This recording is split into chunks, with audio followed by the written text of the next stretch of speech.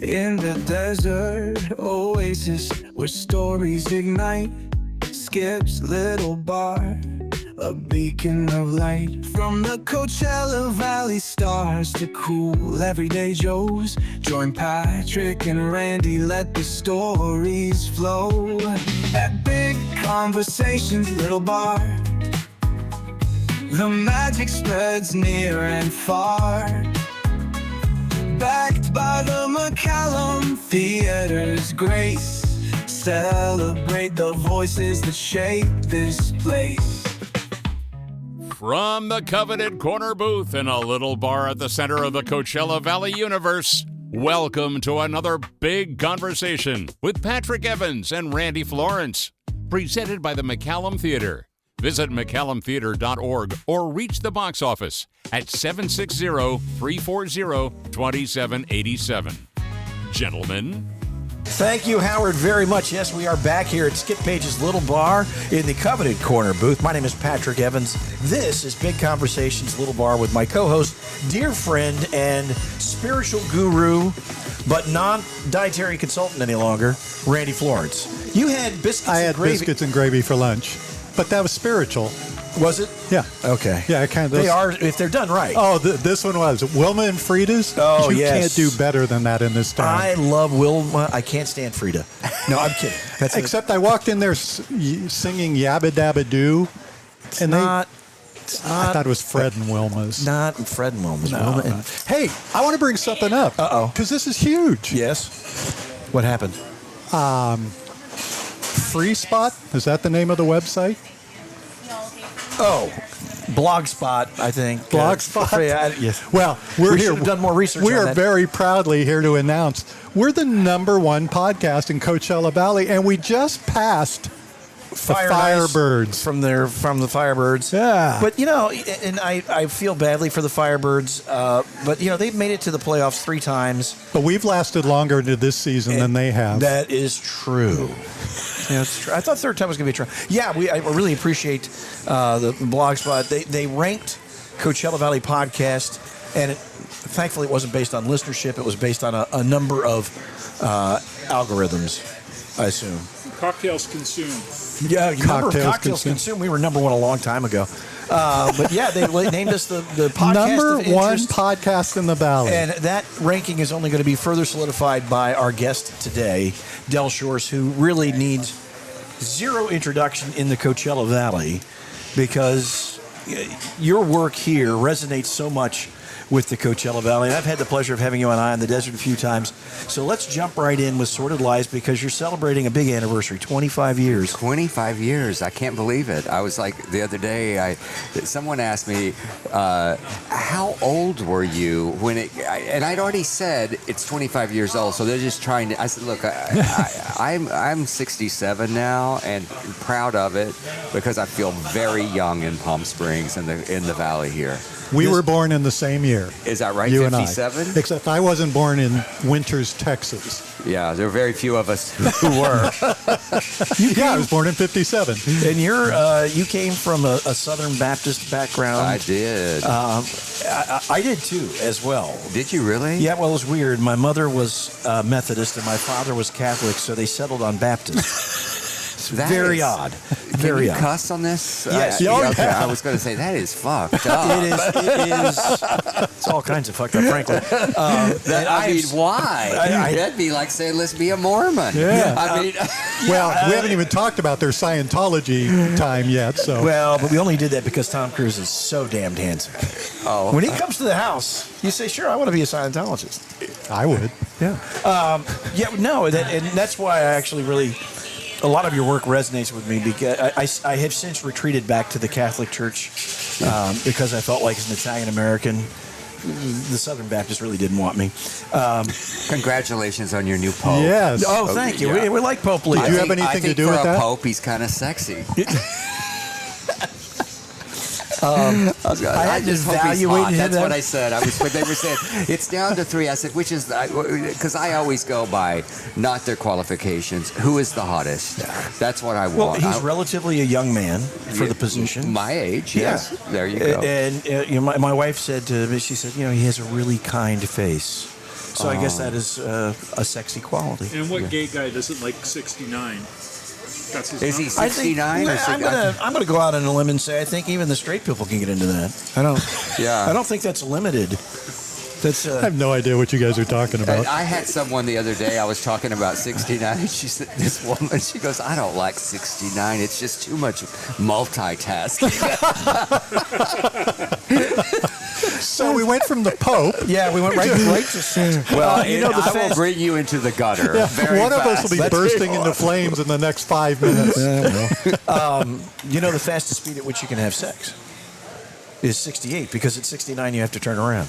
Wow, that's Oh, a we new have- low. So, yes, Southern Baptist. So you grew My up dad Southern was Baptist, a Southern Baptist and I, preacher. I was in the choir as a Southern Baptist kid, and you know, there's a culture Yeah. that permeates that, and it really is interesting to me to look back at some of your work because I see how that influenced you, but it must have been a very different experience.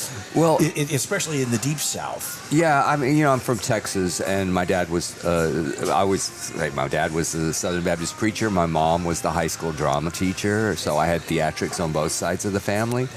But honestly, in my writing of Southern Baptist Sissies, and I'm sure you felt this too, there was actually a wonderful community there. Oh, in absolutely. the church. And I remember when I wrote Mark, which was based on me, and he looked around and he said, I'm leaving the church, but I'm going to miss it. The sweet old ladies, the covered dish fellowships, the hymns. I mean, I still get stoned and go on YouTube and listen to Sandy Patty, and it's just part of the Gaithers. There is this sense of community and those Sunday potluck dinners after church. Yeah. Those kinds of things. But my brother was talking to me recently. We've gotten very, very close over our disdain for Donald Trump, and It brings a lot of people together.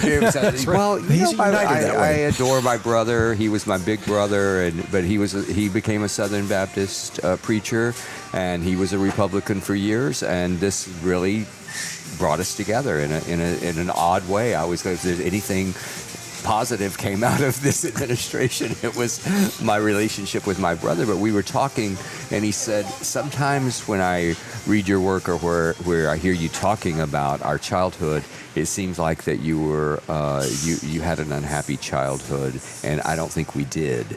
And I said, the difference, my brother's name is Dexter, and I said the difference was I heard a different sermon than you did. Oh. Because of who I was and who I was hiding. I could not hear what you were hearing, or you didn't hear that because it didn't apply to you. But what I heard growing up in those pews was I was going to hell. Wow. So it was it was a different experience, and we did have a wonderful, happy childhood. My parents were amazing. But in that, as Mark said in Southern Baptist Sissies, this is where we learn to hate ourselves. And when did your parents start to know that this was becoming an issue for you?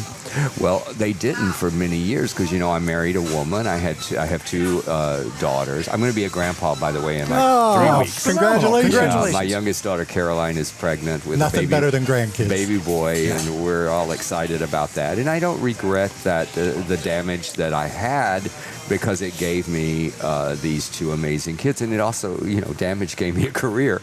But Yeah, what would you have to write about it? that's right. I mean, except for all the fucked upness of your life. But in that, it was tough for me.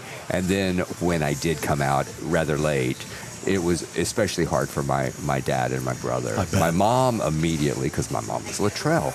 My mom was going, oh, honey, I've been waiting for this your entire life, She wasn't surprised. No, wasn't surprised at all, So. And so how did this, I mean, it seems pretty obvious based on your early writings, but how did this kind of form what you did when you started writing?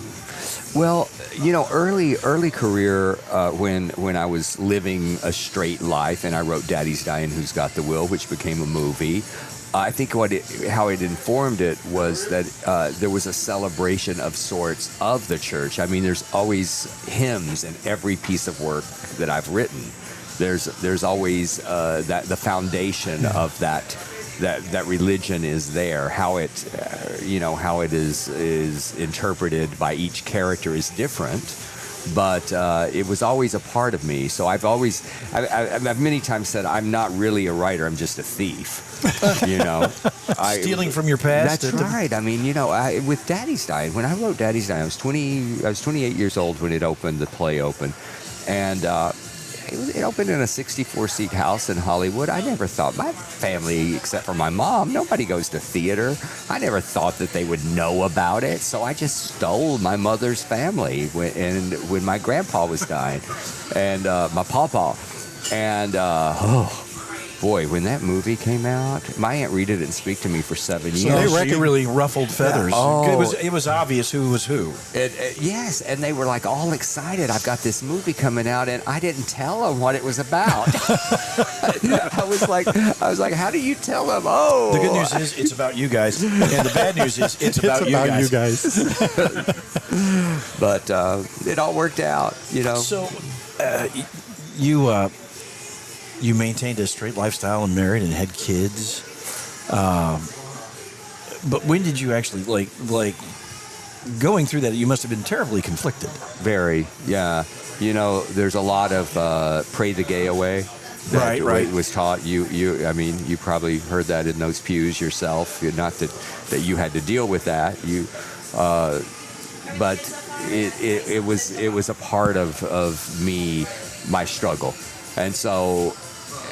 One day, I'm in therapy, and I had met somebody online that it wasn't a full-on affair, but there was an emotional affair going on, and I had to confess to my therapist, I think I'm bi. That's how you start. I think I'm bi. Finally, about 6 months later, after the marriage fell apart, and she has a Dr. Sandra Baca, I love her. She said, now you keep calling yourself bi, but how many women have you been with since you decided that it was okay to be with men? And I go, okay, I'm gay. Just the one, and I said bye. Yeah. So it was Bring it down to brass tacks. It was not easy. It was really not easy. You mentioned in church, you told your brother that you were always kind of hiding something. Did you know what you were hiding, or did you just feel different? No, I knew what I was hiding. Yeah. I knew I was attracted to that summer missionary Mike. I knew I was attracted to, this new guy, Pope. mildly. The thing about, I think you would agree with this, I don't know. But the thing that I always found about, I grew up kind of immersed in Southern Baptistness, but it's a very intolerant church. Yeah. I think, famously, a former president of the Southern Baptist Association said, God doesn't hear the prayers of Jews. I mean, yeah. I mean, I think it's just an incredibly, it's kind of our way or the highway. Right. And so no matter how you might be different, Any difference. You just there's no there's this whole philosophy of Christianity. We love, we accept, but no, that is not the case. And I remember when we first did Southern Baptist Sissies, after it ran in L.A., we moved it to Dallas, Texas, and it's in the heat of summer, just blazing hot. And we thought, nobody's going to come to see this play. And then the Baptists got mad. They got mad because we had this poster with this very hot man in a Speedo on the cross. On the cross. And they were like, you took our cross and you desecrated it. And I was like, well, it's my cross too, and this is what it means to me. It means the persecution of the LGBTQ community. And so they wouldn't run our ads in the Dallas Morning News, but what happened was they then ran an article in the religion section about the conflict of this poster. And then Channel 5 there interviewed me on the set. It was this wonderfully warm set of a church, and I'm sitting there in a pew. Kind of like this, right? Yeah, the bar we're in. Like this is a house of worship for some. House of well, worship. that's sort of my sanctuary these days. And so I remember this wonderful reporter asked me, she said, what's the difference between your message in this play and the message that you heard in these pews growing up? And I said, well, the difference is exactly what's being spewed against this play. It's all about hatred. And this play talks about love and acceptance and understanding for everybody. That interview aired, and we sold out every ticket. I bet. Every ticket before we opened. And they were threatening to protest. And I was excited. Bring it on. I think absolutely a religious protest. Like when they get mad about movies, everybody goes to see the movie. Yeah, They're like, Absolutely. oh, the Married- Baptists don't like this. We should go see it. Yeah, that's why Married with Children became a hit, because they had an uproar over it. So anyway, Leslie Jordan and I arrive at the theater like opening night, and there's one pitiful protester there with just a sign that says sodomites are going to hell or something like that. And I said, Leslie, I was hoping for more protesters. And he said, oh, honey, Baptists don't protest in the heat. You just mentioned a reverential name in this valley, Leslie Jordan. What can you tell us about that relationship? It was, you know, it's weird because for a little while I was doing interviews. I said, I can't talk about this because it's too hard. And he was as close to me as any family member has ever been. I mean, he was like my brother of sorts. He was the brother I didn't have growing up who understood everything. I always say Leslie was my mentor in learning to be gay. When Dr. Sandra Baca, when I was having a hard time coming out, she said, choose somebody that will celebrate it. And so I called Leslie and I told him the real reason the marriage fell apart. And he said, oh, honey, we are going to have so much fun. And, you know, he took me on a journey, and we went on a journey together, a lot of journey with life and with children. He loved my daughters so much. He was godfather to my oldest daughter. And I always say he never gave her any spiritual advice, but he gave her lots of good presents. And he was just an amazing, not only an amazing friend, but he elevated my work. You know, it was like you write something and then this voice of Leslie Jordan and this little body portrays those characters and they are elevated to another. He's just bigger than life, wasn't he? He was an amazing, and the single hardest death I've ever had in my life was Leslie's. Yeah. You know, I just wasn't expecting it. Anything about him that most of us wouldn't know? I guess I told this story at his, I hosted his memorial. They had a memorial, a public memorial in Chattanooga. And I told a story about when we first started working together. He was in my very, very first play. When it went Equity, we went to Kansas City together. He had auditioned for me, and I was like, where have you been? And so we just became buddies immediately. And I remember we were there during Christmas. We had rehearsal like on the day before Christmas Eve and the day after Christmas, so we couldn't go anywhere. And we would go to this little diner, and this waitress was waiting on us, and we had gotten to know her, and she was going through a really bad divorce with this awful husband. She was young.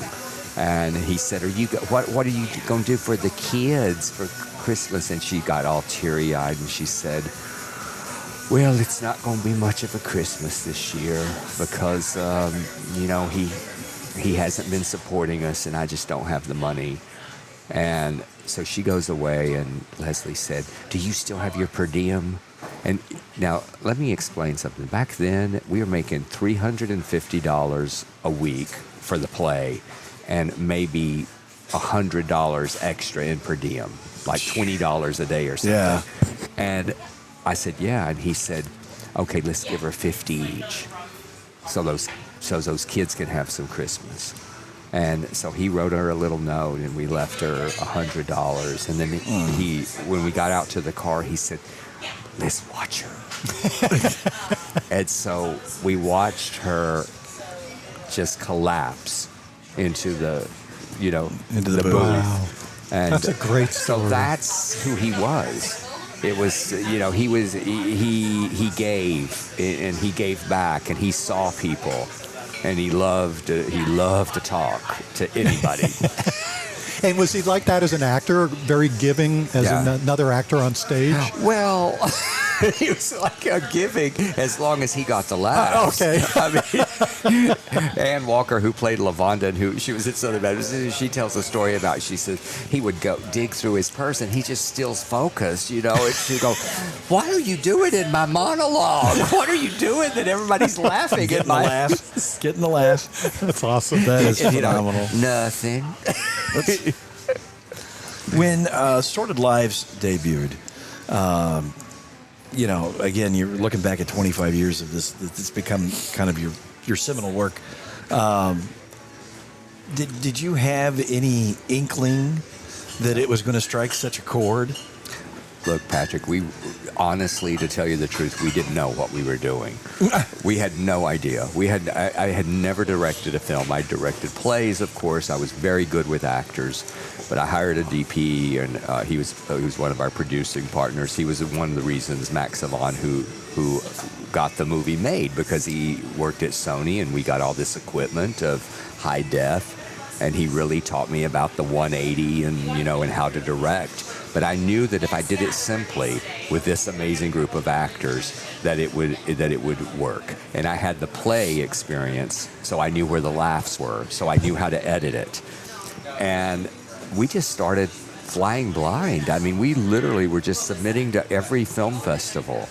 And you know what's interesting, because we're in the Valley, I remember they invited me, the Palm Springs Film Festival invited me to a fundraiser in LA, and they wanted me to speak about my experience with the Palm Springs Film Festival, since it had been such a big deal here. And I said, my experience with the Palm Springs Film Festival was it was the first film festival that turned us down. Oh, wow. They didn't know. They thought we had played the Palm Springs Film Festival. And they had no idea that they rejected the film. They Wow. rejected it. Oh, my But God. what happened here in the Valley is that the reason, and this city, this area is the reason that Palm Springs made Sordid Lives a hit. And Marshall, who was the general manager at the Camelot Theaters, he saw it at this fundraiser for the museum. We played it one night only at the Annenberg, and he asked Regent if he could put it in the theater. Wow. And he just, It all started from there. the word of mouth just started. So all of a sudden we're hearing these rumblings. Oh, it's been running 3 months. Oh, it's been running 6 months. And then at 1 year, they ask us all to come down. So that's when we knew what it was then. But we truly had no idea that this was what was happening and what would happen. We had no idea. And how did this change your life? Well, I mean, it gets me a lot of free drinks in Palm Springs. That is worth its You weight get in to be gold. on major podcasts like this, you know. Major podcast. The number one podcast The number in Coachella one Valley. in the Coachella Valley, right here. Absolutely. No, it has changed my life in that that this piece of work that you know I wrote as sort of an extension of my own coming out experience gave other people some sort of voice as well. And it just continues. I'm shocked that people still, you know, see me on the street and scream out, you know, do you see my pussy now?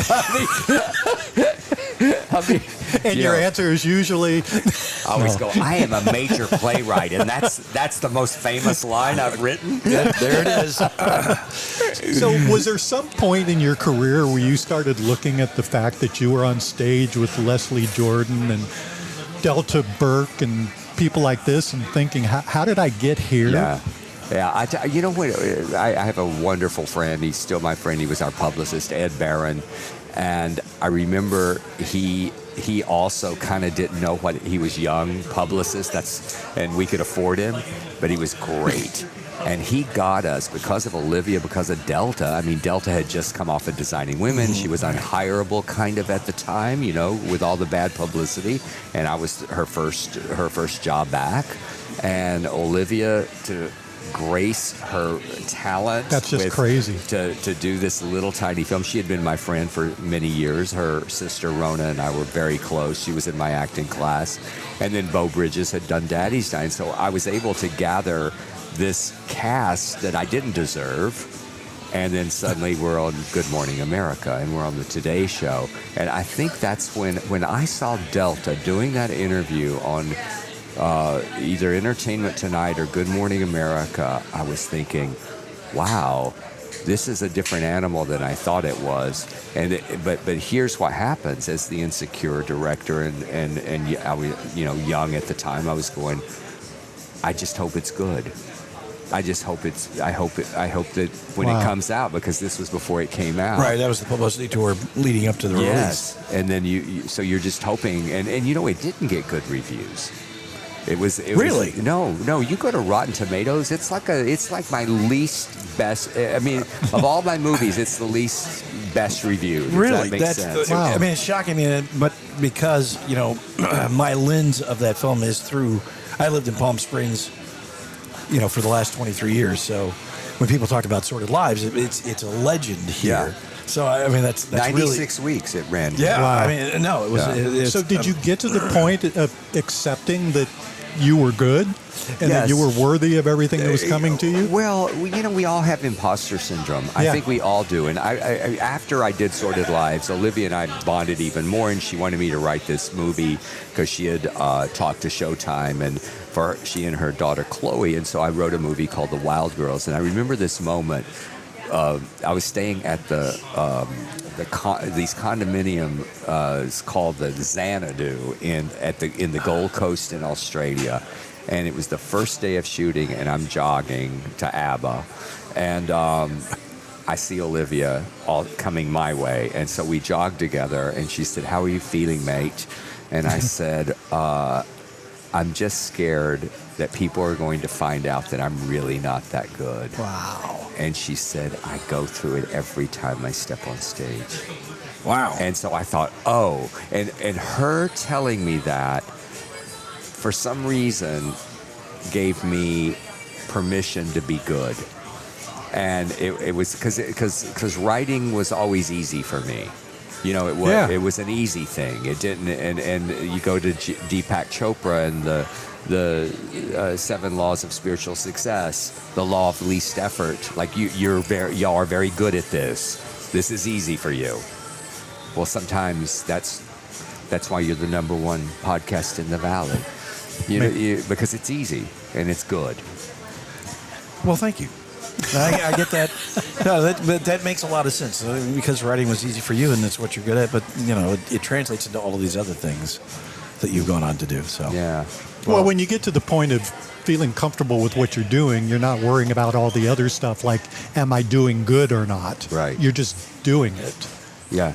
Well, I think there's also just that whole idea of when something that you've done creates enough success that you're paying the bills and you're not worried about writing the next check, then all of a sudden, like, okay, well, I'm doing okay at this. Yeah. Right. Yeah. That's a good feeling. They're still hiring me, so that it's I don't know. It's been a good ride. It's still going, but it's been a good ride. And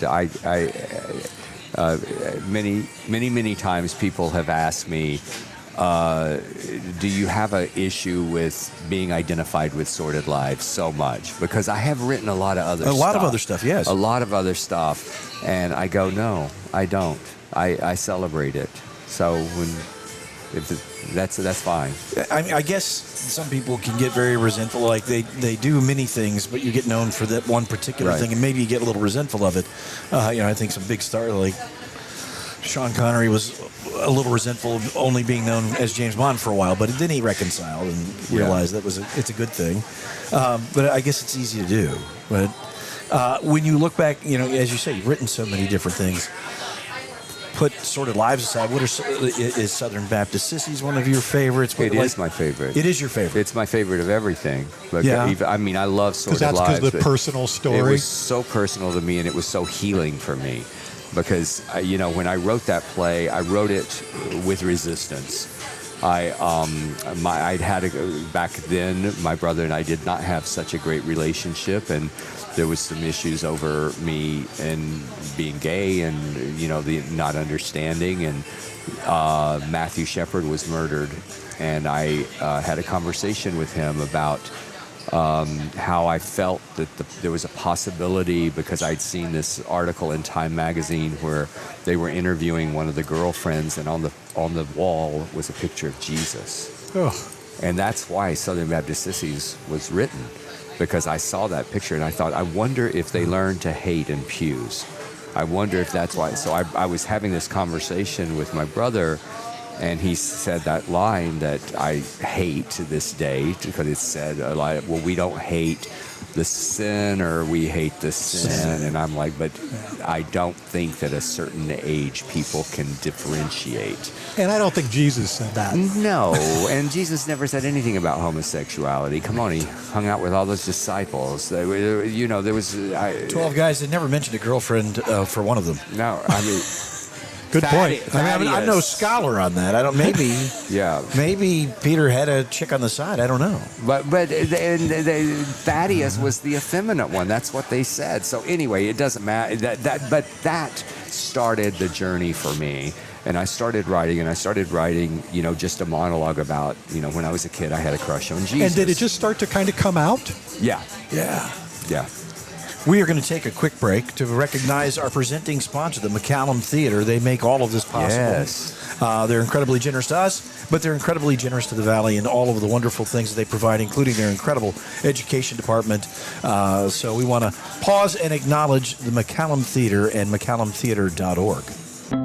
At the McCallum Theater, we believe in placing arts at the heart of learning. Since '97, our education department has inspired nearly 1 million students and community members through dynamic performances and immersive arts education programs. From the Palm Desert Choreography Festival to our Open Call Talent Project, we provide powerful platforms for emerging artists.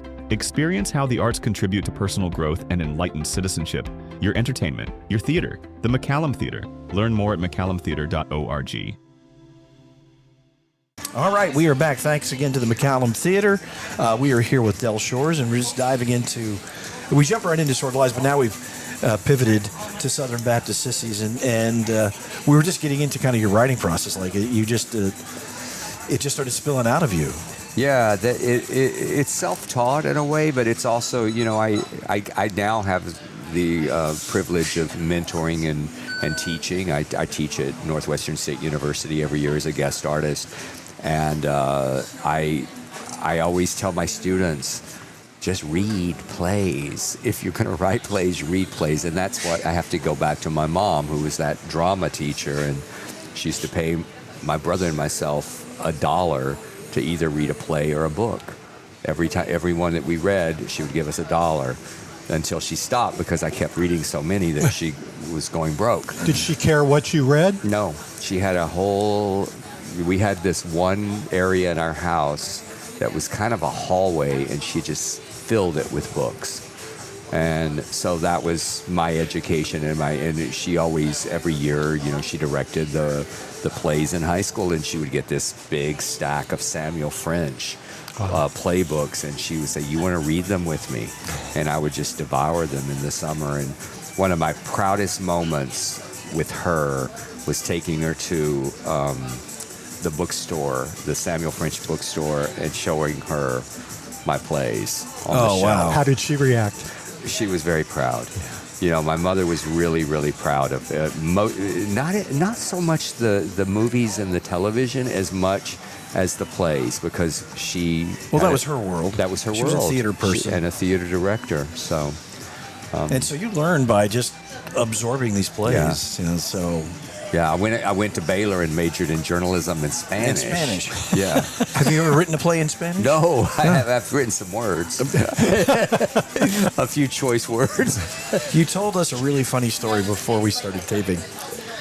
And you were talking about an experience you had with a woman here in town. But the line that you used, you said, and if she had a Southern accent, she could be a character in one of my plays. Yeah, exactly. It's so ingrained in you. I mean, that is, that's the well source for what you do, right? Yeah. That's that Southern experience. Yes. And everybody comes from that cast of characters that you grew up around. Yeah, it's I call it my dirt.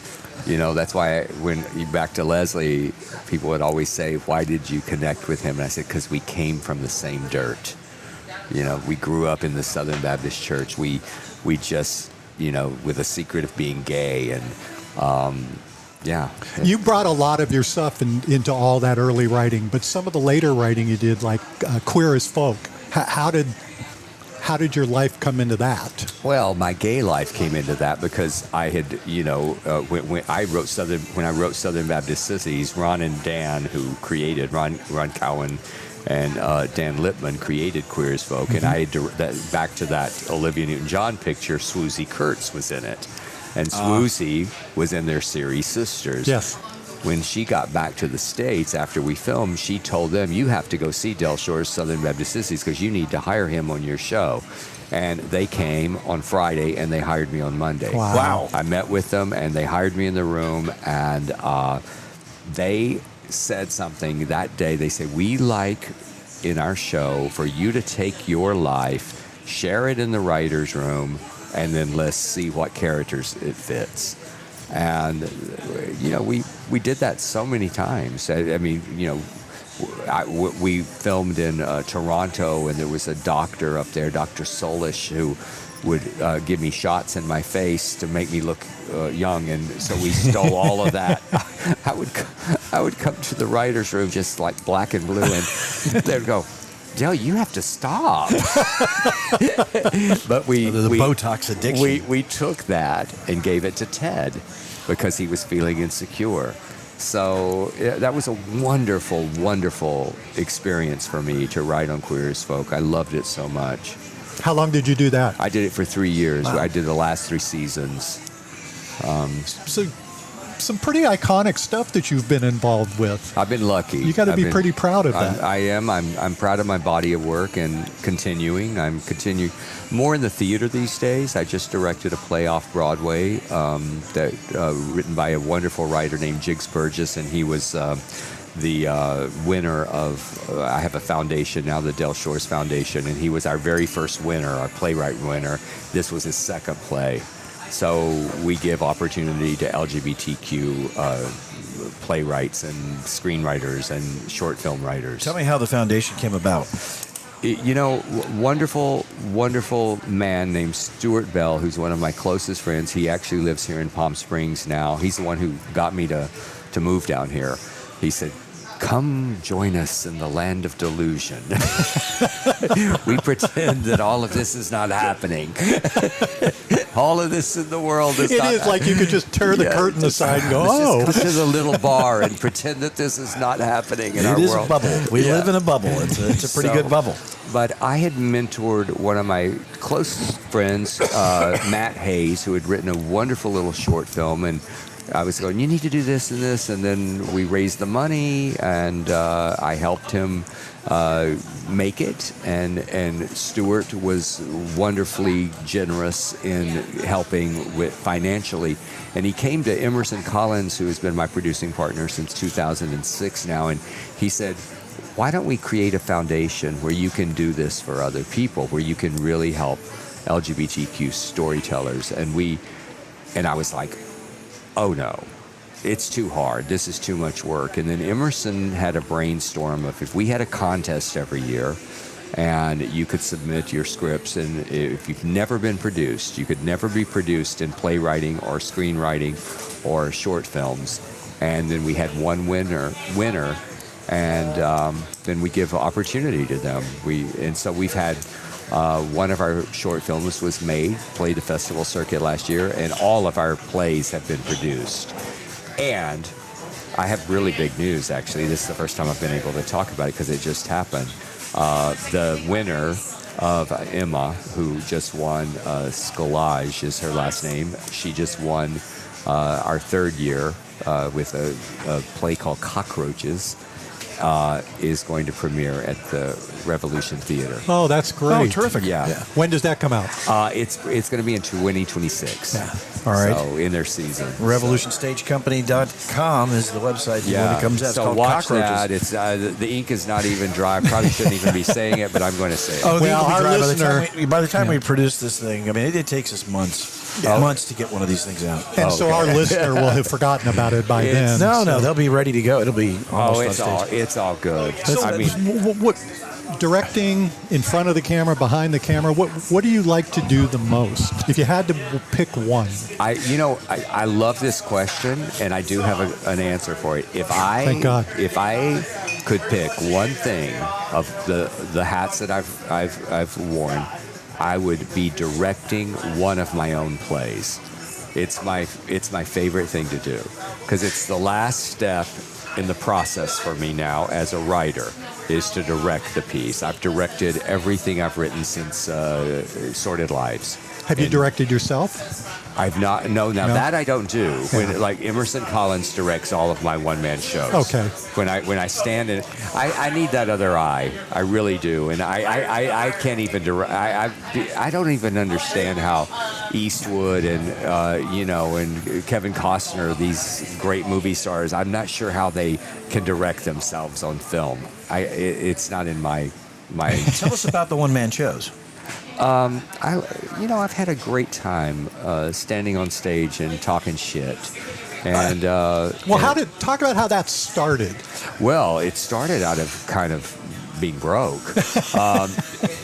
When The source of all great ideas. Yes. Or many. I have to go in a minute. I've got a second job who started at 5 o'clock. It's like, got that dishwashing job over. Oh, God, I hope I still have at it. Willie's down the street. Oh, if it was Willie's, that'd Yeah. be pretty cool. Unfortunately, it's the Denny's on Washington. Oh, but God. It's America's Diner. There's So- nothing wrong with that. Look, the short story is that when Sordid Lives, the series, was a hit on Logo, and the producer decided not to pay us our residuals and stalled the second season, and I was in legal hell for a couple of years with my hands tied. I could not write my own series. I could not write for any other series. I had no source of income. Wow. And so my ex-husband, I said I wasn't going to talk about him, but he did do something great. He said, you sit around the dining table and you tell great stories. Why don't you write one? And let's go. And you've got this fan base everywhere. And that's what we did. And I started telling stories on stage. And I had the great mentor, too, actually, Caroline Ray, who really helped me. And she's such a funny woman. Well, she saw my one-man show in New York, and she said, why don't you come open with me and do stand-up? I can help you mine this material that you have. And she taught me. And then I just watched Leslie for years just sit with a mic and tell stories. And so one of the best nights of my life, we did 6 shows, was me, Leslie, Caroline Ray, and Rue McClanahan. Oh, my God. Playing comics in New York.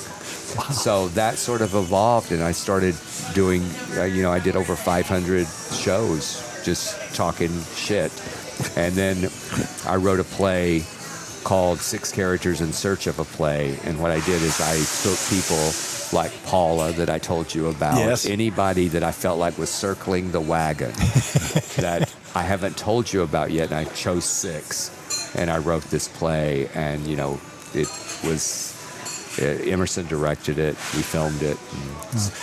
Did you have any projects that you were working on and they just never got out there? Yes, Yeah. I've had the ones that got away. Yeah. Several. Any that you're going to try to bring back? There's a couple that I feel so passionate about. Emerson and I actually wrote a pilot and series a few years ago during COVID that we sold. And loved it so much. It's called Mildred, and that's one. And then I wrote a screenplay years ago with Leslie called When Fleta Goes Marching In. And It's a funny title. It is. And it's truly the movie. And Bette Midler was attached to it for a while. Cher wanted to do it for a while. It came close. Yeah. Never got made. So I wouldn't mind revisiting that. Who would you attach to it now if you could? Who's your dream get? Maybe Lily Tomlin, or always wanted to work with Sissy Spacek. Yeah, Lily's going to be here in 6 months. Yes, she is. I've met them both. I mean, Sissy's more of a friend than Lily. I've met Lily through Leslie, but Sissy's husband directed my first movie. So, there's... I interviewed Sissy Spacek 30 plus years ago. She was the Grand Marshal of the Charlottesville, Virginia Film Festival. Is that right? Yes. She's riding the lead car, waving to everybody. It was weird that they called it the Grand Marshal. Yeah. It was an odd title for a film festival. But she was delightful. She was really terrific. She's down to earth. Yeah, she was super down to earth. Yeah, I love her. Is there anybody that you haven't worked with yet that you just have a burning desire? Sissy's number one. Yeah. Yeah. I got to work with Whoopi finally, so that was kind of amazing. But yeah, there's a good list. I mean, she got a little bit politically weird for me, but I adore Susan Sarandon and her work and her body of work. And her body. Well, back in Bull Durham. Yes. I mean, you're a straight man. That was, goodness. how sexy was she in Bull Durham? She is pretty sexy. Bombshell. But Of course, Kevin Costner was pretty sexy in it too. So. and Timothy And Tim Robbins. Robbins. Yeah, Tim Robbins was great. I think he was really supposed to be the heartthrob. The manager of the baseball team, I still think about him. Anyway. But, Do we need to pause a moment? You need a cigarette? I need a minute. But, honestly, verklempt. I always go to females because actresses. Jean Smart lately, just doing such brilliant work. I really feel like I want to make a prediction right now. Jean Smart has won 14 Emmys. After Hacks is over, she's going to get the role that wins her an Oscar. I feel that Jean Smart is one of our greatest actresses. She is so good in that show. Oh, my in Hacks. She's unbelievable in that show. I love it so much. Super lucky. I was actually in a Jean Smart movie. Jean Smart did a film right here in Palm Springs with William Shatner and Christopher Lloyd called Senior Moment. And Jean Smart played the romantic interest of William Shatner. Well, I was in Mommy and Me with Jean Smart with my daughter Rebecca 35 years ago. Oh my goodness! She and her husband. I've been very, very fortunate to work with some amazing people, but I'm a fan of so many more. Do people keep throwing projects at you? Not as much as I wish they No. would. They throw projects at me, but they never have the money to There's make no them. cash behind Here's it. something great. You should do this. Yeah, go find the funds. They're like, the projects that I get offered are like, and can you raise the money? Right. And I'm like, and is that really, is that the single hardest job of putting together any of these projects, It is is. finding the cash? it is a very difficult thing to do, and I will not do it for anybody but my own work. Right. I'm that selfish. Now, how much writing do you still get to do? You know what? I used to write daily, and I don't write daily anymore. I write when I have something to say, and I don't search for things to say. I let things come to me. I have a new play that opens in Birmingham in February called The Recipe Box, and that was one of those things where I'm down teaching in Natchitoches, Louisiana, and I observed something, and it resonated with me, and a play came out of it. So that's how I write these days. What's your process? Do you have a specific place that you sit? I do. Yeah? I sit mainly on the sofa with a legal pad and a pencil. And you've you always written like handwrite that? Yeah. Wow. I write longhand. I feel like that is something I don't have to think about. I have to worry about, the keys on I do the rewriting on the computer. Oh, okay. But I have a huge rewriting rewriting is much more of my career than writing. Really? Yeah, I write the first draft, and then I just keep working and working and working. Anything that you finished the first time and thought, it's perfect? No. No. Scenes, yes. Like the brother boy scene in Sordid Lives, I wrote that in about 48 hours. I called Leslie and I read it from start to finish. He ad-libbed a couple of things as I was reading it, and I added that, and it pretty much stayed the same. Ever had any major disagreements with an actor on the way they were doing something and the way you wanted it done? Yes. Yeah? Something you can share? Sure, Yeah. because he's dead now. Not Leslie. Leslie and I mean, I always say one of the reasons that Leslie and I were so great together is he heard everything the way I heard it and beyond. I mean, when I wrote okay in Sordid Lives, he said, okay. That was him. But there was an actor, and I love and adored him. His name was Glenn Shaddix. You all remember him. He was in Beetlejuice. He was sort of the interior designer, the big queen. Oh, the big guy. Yeah. And Leslie actually introduced me to him, and Leslie got a movie and left Sissies for a while, and Glenn stepped in. And as a director, I believe in line readings. If you're not getting the line the way I hear it, I'm going to tell you how to say it. And Glenn had a very different theory about that. So I started to give him a line reading, and he said, no. I do not take line readings. And I said, wow. Well, if you work for me, you will. And you do work for me. And so I've always taught my actors when I teach acting, I say, you can have your philosophy, you can have your way of working. I do sense memory, I do whatever, substitution. You can do whatever you want. But if a director tells you to do something else, you are working for them. And you need to figure out in your craft, in your process, how to adapt to their style as well. And I'm not without opinions. There's a shock. Comes as a great shock to all of us. Well, it kind of seems like if you've written it and you're directing it, maybe your opinion counts. I think I know what I want. Yeah, right? Yeah. And your track record of success would lead one to believe, let's go with his idea. Yeah. I think we're going to go with that. But I love a good actor. Bo Bridges I've worked with Bo 3 times actually. People know about 2, but I worked on a television show called Maximum Bob. He actually got me that gig. But anyway, Bo is very method. I mean, he writes down, what kind of watch GW would wear. Wow. What the childhood experience with GW with. When did he meet Nolita? And my theory about acting as a director is I don't care how you get there. I just want you to get there. And so Bo has this meeting with me and his co-star. He has this legal pad with all these things written down.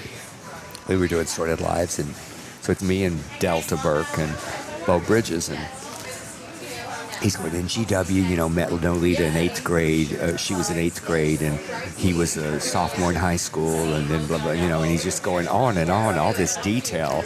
And Delta's just like, well, I didn't think about that. And so at the end he goes, Del, does that coincide with all of your thoughts on GW? And I go, yeah, Bo, that all works really well for me. But that has to feel pretty good as a director to understand how lined up they are with your vision. And how thorough he was. Yeah. And he gave it more than you, I think, ever put into that. Yeah, I didn't, he knew when the first time he jacked off. I mean, he was like so detailed. And then he said, Delta, does that conflict with anything that you've done with your work? And she said, oh, Bo, honey, I just say the lines and hope for the best. That's fantastic. But boy, her best was great. Oh man, I had a big major crush on her for yeah. You also had a major crush on the manager from Bull Durham. No, I did. A lot I of like mixed that guy. messages from you, Randy. Yeah. Delta's still my buddy. We still Yeah. talk. I probably should call her on the way out of here. She's living in Florida now. She's a really sweet, beautiful Does she soul. still work? She chooses not to. I mean, her husband, Gerald McRaney, Mac, we call him, he works a lot. But He's always been one of my favorite. I feel like what you see on the screen is kind of who he is. he's very much that. I mean, just Yeah. he's one of those like you see people, you think, man, I'd like to grab a beer with that guy. Yeah. He strikes me as that kind of guy. He's one of my favorite Republicans. Both of them? Yeah, Delta's a Republican, but I don't think she keeps up that much, you know? She's not that dialed into where they are right now. Probably not, yeah. I adore her. So what's coming up next? Well, you're moving to Palm Springs. Big move. My grandson is coming in Oh, a few weeks. that's so exciting. And then now, where is your grandson? Where are your kids? My daughter Caroline lives in San Francisco. My daughter Rebecca lives in L.A. And so Rebecca and I are getting in the car and driving up there and staying for a week for the birth of the child. And then I have the Recipe Box, my new play, opening in February in Birmingham. It's going to probably have a Tri-City premiere, and we're working out the details of the other two cities. And I do have a project I'm working on that I can't talk about quite yet, but it's going to be very exciting for those. Does it involve podcast hosts? Yeah, it does. It's thank God. It's a straight guy that's a podcast host, and the other one who had a crush on Delta Burke, but he But also also had a the crush baseball on man. Tim Robbins. And There's a lot you can do with that character. And somehow they fall in love with the control guy. It's a whole threesome. It's very detailed. I'm going to have to talk about the casting. I have to talk about the casting. Randy asks all these questions because he continues to improve his craft as a thespian. He's taken acting. Do you know Terry Ray? Yeah, of course. Yeah. Yes. So he's been taking acting with Terry, and he and Randy and I are going to do an improv class. Oh, together. I love that. Yeah, that class is going to be in trouble. I love that. I suspect we'll be thrown out by week 3. Well, I'm giving us 3 weeks. When y'all get to the showcase level, please invite me, and I'll come and judge you. Oh, dear God. I feel judged already. I feel pretty judged. No, the way he said that. The way he said It's it. like I mean, celebrate your work. Oh, yes. How can people support the foundation? Just go to delshoresfoundation.org, and you can see what we do and celebrate with us. And we appreciate. I always say we're a family. The Del Shores Foundation is a family. We have so much support here in the Valley. Every year we have these house parties, and Melissa Morgan hosted it with John Monahan last year, and we just have beautiful people here who support our work. So You've got an amazing body of work. So first of all, congratulations I thought he on was all going of to say that. body. I did Yeah, too. well, I was really nervous. I was worried where that sentence was going. Sorry, I'm still thinking we about all- Delta Burke. But when I'm talking about the Pearl manager, I'll get back But to you. thank you, Randy. I appreciate it. No, seriously, thank you very much. I many times make fun of instead of accept a compliment, and I thank you for that. Well, it's funny you say that. We had a guest on recently, Dave Carger. Yeah. The classic It's movie, Turner Turner's Classic. classic movie. And he was telling a story about what people did with their Oscar statues. And he mentioned that Dustin Hoffman didn't feel comfortable putting his out, didn't like showing it to people, and had to go through years of therapy before he felt comfortable doing that. Did any of that pertain to you as you were growing up, that you didn't feel comfortable with the success? Yeah, I think back to the imposter syndrome, because I started where I met Rona Newton-John. Actually, Olivia's sister was in Joan Darling's acting class, and there were such ridiculously talented people in that class. And there were some people that were already famous. Ann Archer was in that class. George Gaines was in that class.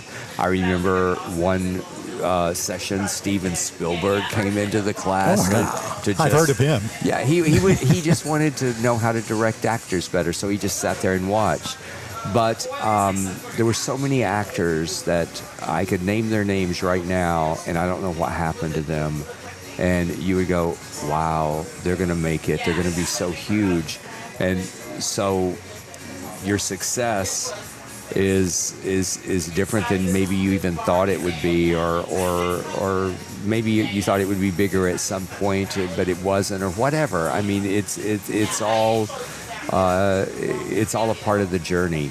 And I know I'm answering this in a weird way, but the way I was able to accept, and that's why I paused when you and I wanted to accept that compliment instead of like make a joke about it, is I went to an acting class probably a couple of years, maybe more. My friend Karen Austin, who's a great actress, she was on the first season of Night Court and did a lot of great work. And I remember I had gotten a green light on my movie Blues for Willowdene that was with Beth Grant and Octavia Spencer, Debbie Holliday, and David Steen. Yeah. And they asked for this part of the class, what were your blessings this week? And she said, I wasn't a part of the class. And she said, Del, come up and tell them, I know that something happened. And I said, oh, because so I did. And then I remember everybody started applauding, and I did this. And she said, oh, that's not allowed here. Because you put a wall up. You're taking away the gift that they're giving you. You're going, I don't want your gift. Wow. So to accept the compliment and to go, okay, thank you. Do you still struggle with that? I do. I think we all do. Yeah, it's a hard thing. Well, you grew up in the church. We were taught humility. Yes. You know, be humble.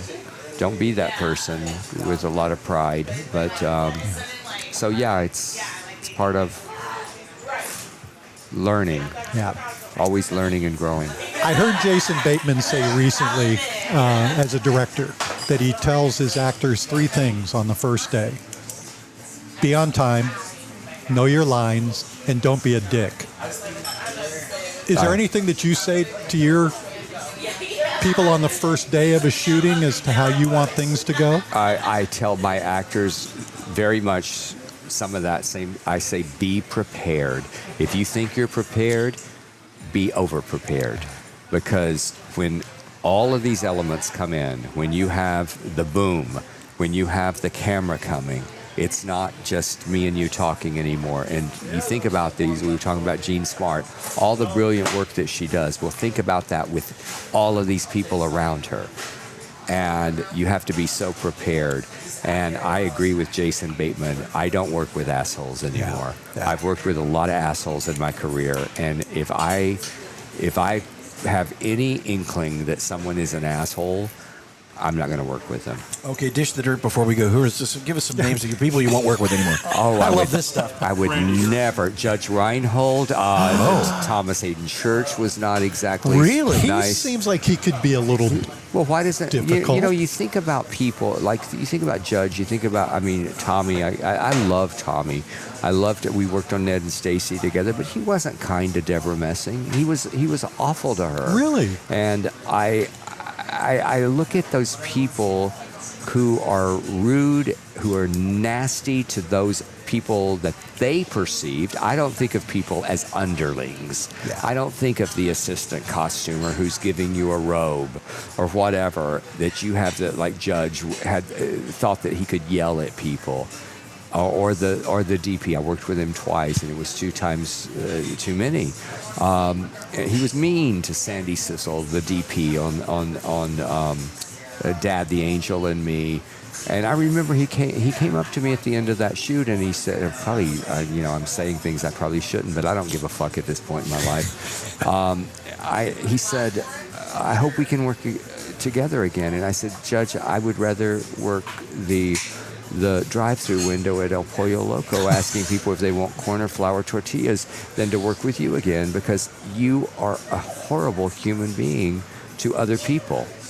And then later on, he sent me an apology. He said that he had gotten some help and he had struggled with some mental stuff, and he sent me an apology. But there are people who treated it. For me, it's like when you go out to dinner with someone and someone's rude with the waiter. Yeah. You know that's a dick. Right. You learn a lot about people in the way that they treat other people. That's right. Don't pay attention to how I treat Randy, but I try to treat everybody else really nicely. So, but it's a good theory. Jason Bateman was right. Yeah, I like that. Del, thank you well, first of all, I love brutal honesty, and it makes for a great podcast. Yeah. You're terrific. You tell great stories, and this has been a delight. It really has. When this next project that I know that you couldn't talk about, when that comes to fruition, will you come back? I will come and announce it. All yes. right. Because Thank you people so here much. are going to be very excited about it. Can't wait. All right. That's true. I'm excited that you're going to be a resident here. Yes, Me definitely. too. Palm Springs feels like we have a little bit of ownership Yes. of you. That's right. You know, Yeah. because of the Don't Sordid do Lives. anything without asking Yeah. first. By the way, I'm filming an episode of House Hunter this weekend. Seriously? Yeah, with my pursuit of finding the right Oh, place. my wife is going to love that. Yeah. Phenomenal. So, all You're right. a terrific guest. Thank you so All right. much. Thanks for Randy, having you're me. terrific. This was a great show. We got to talk about some important to bring things. in guests that are producing work that may be able to hire you. You know, Hey, whatever happens, I am part of the #1 podcast in the Coachella Valley. There we go. absolutely. And so is John McMullen, our producer, and so are you, all of our listeners. Please subscribe so you never miss an episode. Our thanks to Skip Page. Our thanks to the McCallum Theaters, our presenting sponsor. Once again, thanks to Del Shores, a phenomenal guest. And thank you for listening to Big Conversations, Little Bar. We'll be back next week with another episode. Meet your neighbors, fascinating and grand. Each conversation, a wave on the sand.